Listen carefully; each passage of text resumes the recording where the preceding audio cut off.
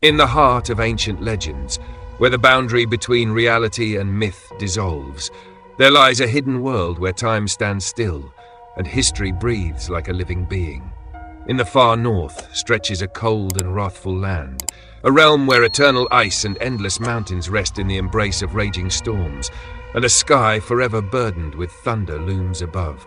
From the heart of these everlasting storms and frozen wastes, a warrior has risen, his fury the roar of thunder, his hammer the judgment of gods and giants. He is Thor, son of Odin, protector of mankind, eternal foe of monsters, and the destined hero of the final day, Ragnarok. But in the east, where the soil is warm and the rains bring life, where hymns rise from the heart of fire to the heavens and set the spirit ablaze, another god sits upon his celestial throne. Indra, king of the Vedic gods, lord of storms and rain, slayer of demons and fiends. Riding his colossal white elephant Airavata, he moves across the skies, wielding Vajra, the blazing weapon of thunder, with which he commands the very lightning itself. One born from the deathly cold of the north, the other from the fire and devotion of the east. And now in a realm beyond the borders of the known world, beyond the horizons of time, without hatred and without reason, these two cosmic forces stand face to face. Thor and Indra. In this moment, it is not only thunder that roars. Cultures tremble, myths collide, and mankind in silence watches the greatest celestial clash in history.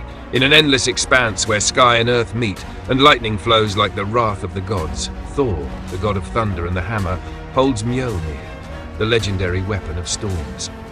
With every strike, it splits mountains and shakes the ground. Across from him stands Indra, lord of rain and thunder, clutching Vajra, a spear of pure lightning that shatters the skies with each throw. The two gods lock eyes, and the world falls into a heavy silence.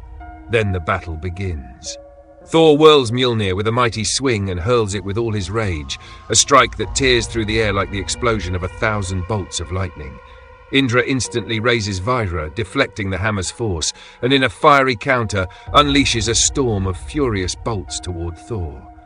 The clash rages with endless intensity. Every swing of Thor's hammer releases waves of destruction and thunder, while every cast of Indra's weapon brings torrents of lightning and floods. Days and nights, perhaps centuries, pass within this timeless struggle as the sky burns, the earth quakes, and time itself halts between their strikes.